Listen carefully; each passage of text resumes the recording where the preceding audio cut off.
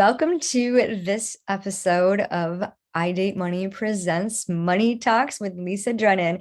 Today we have the beautiful Christa Lily. Now, I have to tell you, she is a very talented young lady. She has so many different skill sets. She is definitely a multi-passionate, and she's here today to share what she thinks about money. You know, all the gossip and things that are going around. We hear all kinds of stories about people ghosting money and pushing money away and always telling money there's not enough. So, Christa, what's your take on that? What's your relationship with money really like? So I definitely had a disalignment of money before I started working with you. My mindset of money was like I would not spend more than I'd have, which was kind of like my money management system, but I didn't necessarily know how to work my money for me. I didn't really understand. I was more of a hoarder is really what I was. I was a hoarder of my money. I'm very like, I don't like spending money, I don't like spending money. I was very bad at spending money on myself. I was better at like giving money away or like spending it on the things that I need, but not necessarily on things that I wanted or things that were fun. So my relationship with money was sometimes it felt like, oh my gosh, I have so much. And other times I'd feel like, oh my gosh, am I going to make the bill? And so because I've had like kind of an array of experience with money, there was a time where I worked for a non-for-profit organization and I kind of got paid breadcrumbs is what I used to call it. But I somehow still managed to cover all my bills and I still managed. So I was like, there was always enough money.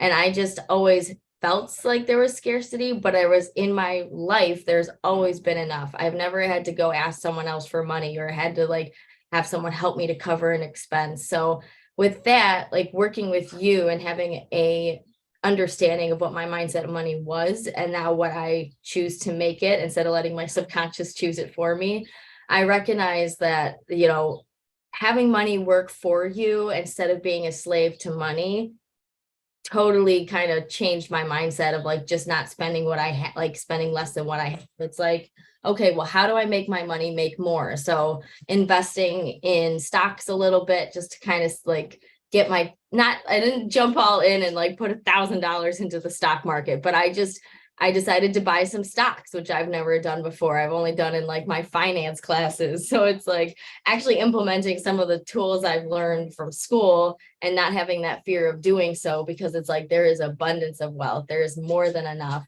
So I can use a little bit to go towards stocks. And when I feel more confident that I have more to give to that, I could add more to my stock portfolio. And then on top of that, like knowing what APY was, the amount of people who don't know what APY is, I've talked to people about it. They don't know where it's like, if you have a savings account and an APY, I'm going to say this for anyone listening so you can learn, having money, make money for yourself when it sits in your savings account, finding those little interests that are like $26. I'm like, what? All I did is have my money sit in the savings account and I have an extra $19 or an extra $26 in my savings account because I chose to use my money for me instead of just sitting in one bank account. All I knew was how to keep money in one bank account. And like that I would have it in there and I'd have it in the savings account, but it was only making 0.05% or something little for APY. I didn't know what that meant. I didn't understand that when I was getting that little dividend check thing from my, at the end of tax season. I didn't know what that meant at first. So like actually being able to learn more tools that build my wealth without me having to like work really hard for it, that has shifted my mindset on money to know that it's like I don't have to work really like that. There is that connection of like you have to work really hard to get a lot of money. It's like, but you don't. You just have to make sure your money works for you instead of you working really hard for money. So that's been like my shift, and I've loved that because I know there's an abundance. I have always tried to reach for that like mindset, and I kept getting stuck in scarcity, not understanding why. And it's like when you can figure out your why to your thoughts, and then you can work with their subconscious, and like the aromatherapy sessions we do where we've taken thoughts and literally just shattered them.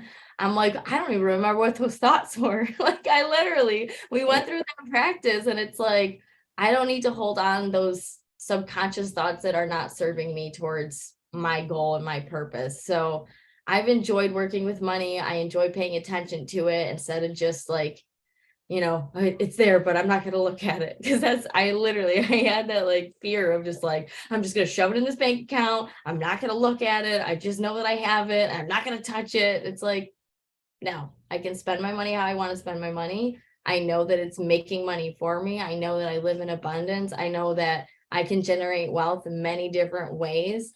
And so I've been having a lot of fun dating money. It's been like such a great mind shift. And honestly, yeah, I love it. I love it so much. That's awesome. I love the transitioning too. Like, money, you were just kind of nervous with it, hoarding it. I know at one time it hung out in a box in your closet. Yes. Definitely not making any interest there. And so many people get stuck in their banks, like, oh, I've had the same bank for 30 years, there's no way I can change. And how does that online banking work? Like, what's this electronic stuff? And people get so tripped up on these little details. But ultimately, like, if you can move your money around and shop and receive the best interest rate, why wouldn't you do that? Because this money, it gets your security blanket. You had mentioned, I want to back up a little bit. You had mentioned about hoarding. And in the money dating game, I know you've gone through that. We have Harry the Hoarder. Is that who you most identified with? So I don't know if it was the most, but it was the most when I did the dating game, like the first round, because I've done it multiple times. I think it's fun. I did it when it was women. I've done it now as it's like you've developed it into men, which I think is really cute and fun. So at first I was probably more of a hoarder and then the saver, because I was stingy with like, don't leave the lights on, don't do this. Like some of the things I would just laugh, because I was like, oh, I've said that. Oh, I do that. Oh, okay. Like the hoarding and saving, I felt like those guys go hand in hand, and that was where I was. And then I really love Maverick the moneymaker. So he's my choice of a dater, because I'm like, yes, I would like to have income from multiple streams. I'm not like, I've recently I'm no longer in a 9 to 5 job, and I like, I used to hate just like having to go into the office and sit for 8 hours. And it's like, if you don't have anything for me to do, which happens because if your boss doesn't delegate work well, I'm like, you're making me sit here for 8 hours, not utilizing my skills, and just like, this is frustrating to me. And I'm like, and I still get the same paycheck at the end of the week. Like, it doesn't matter how much I've worked or whatever. It's like my income's the same, which is great. And like, I'm not saying that's a bad thing, but for me, I'm like, I would rather find multiple ways to make money and having and using different talents of mine than being forced to be like, you have to fit into society's box of 9 to 5, get your hours and, clock out at the end of the day. I just don't want to do that anymore. So Maverick the moneymaker, I was like, okay, he's getting money from different locations. He's not worried about where his money's coming from because it's working for him. I'm like, yeah, that's where I would like to be. And that's who I want to partner with, because I feel like that moves me forward and excites me more than just hoarding and, saving my money. It's like, what does that do for me? I know that, again, I can make money multiple ways. And that to me is way more exciting than just, this is my job and this is what I do. Like that doesn't excite me.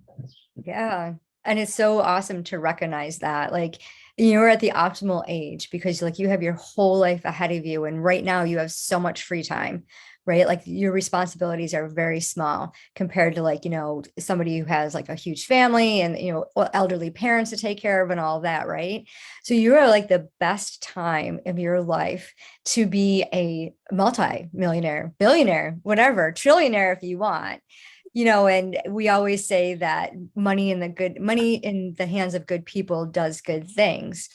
So what does it look like? Tell us what your dream is when you do become a millionaire, multimillionaire, whatever the goal.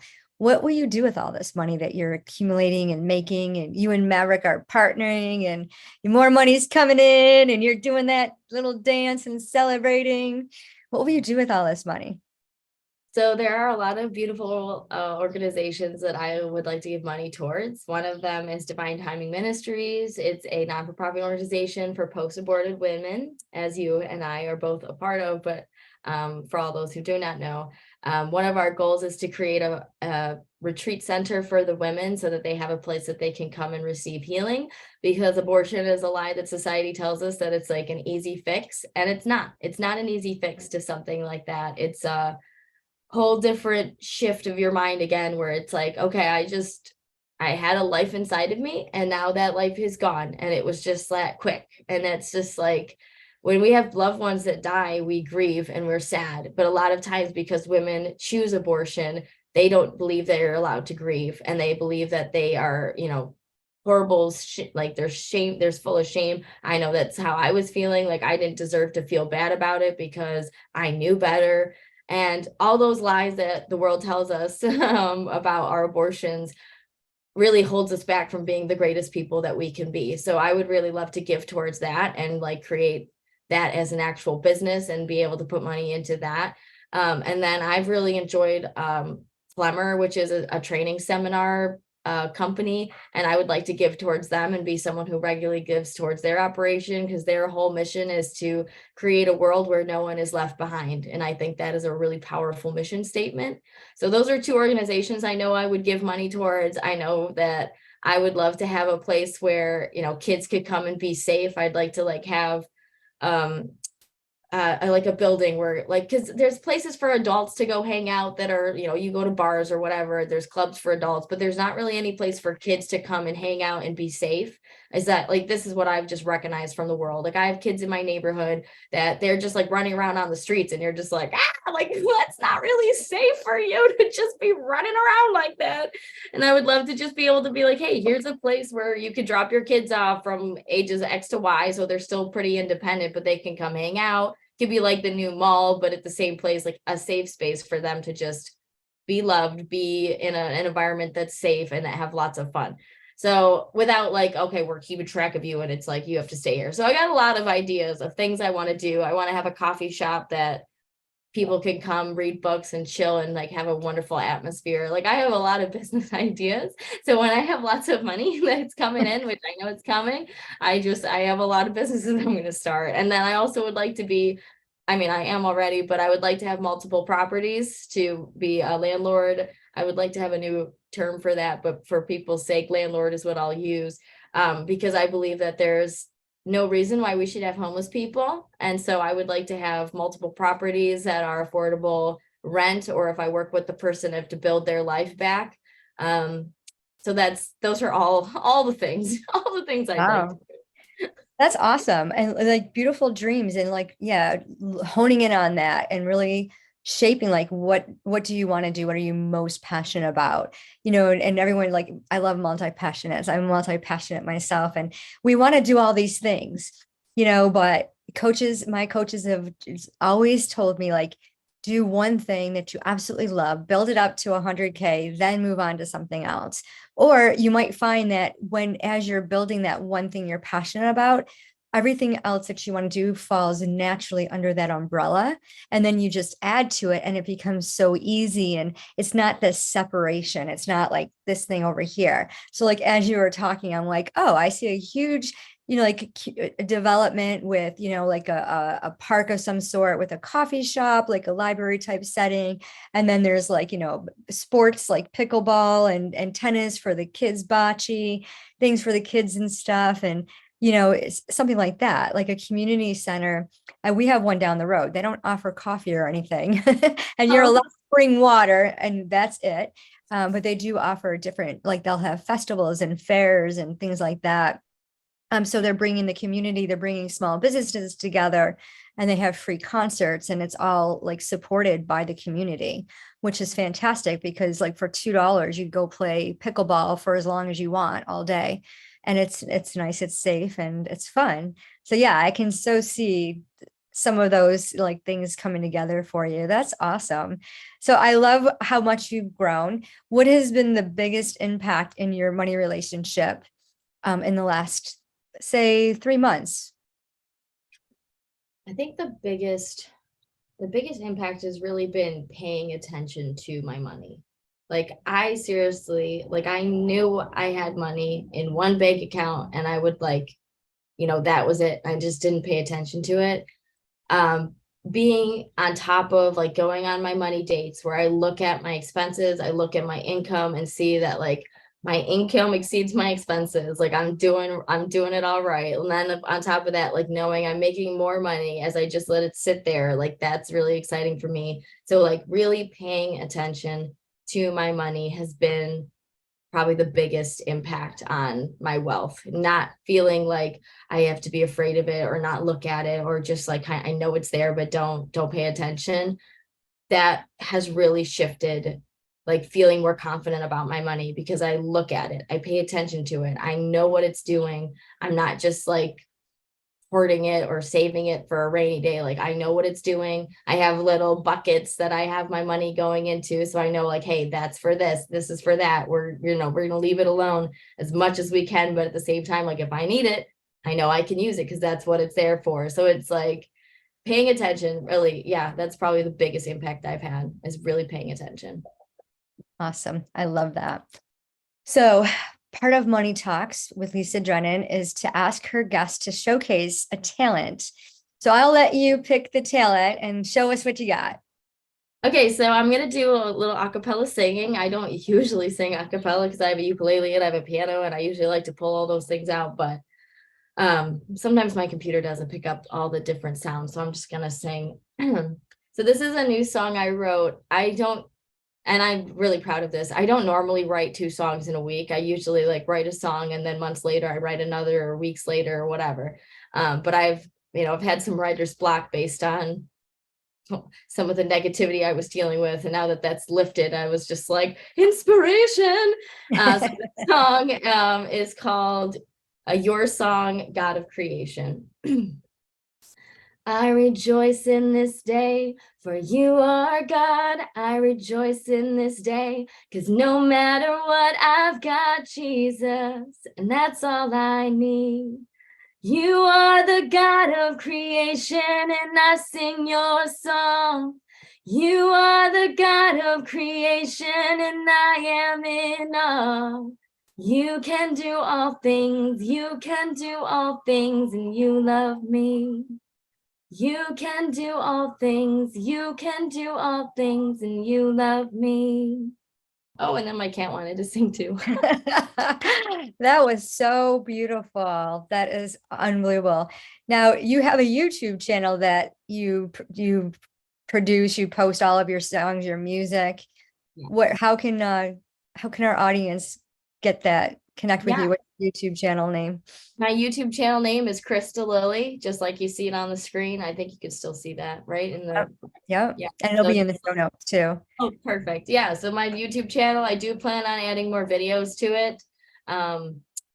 That was something that's been in my heart to create more videos for that and share my music with others, because I really do love singing as well and writing songs, and again, multi-passionate. So there's a lot of things.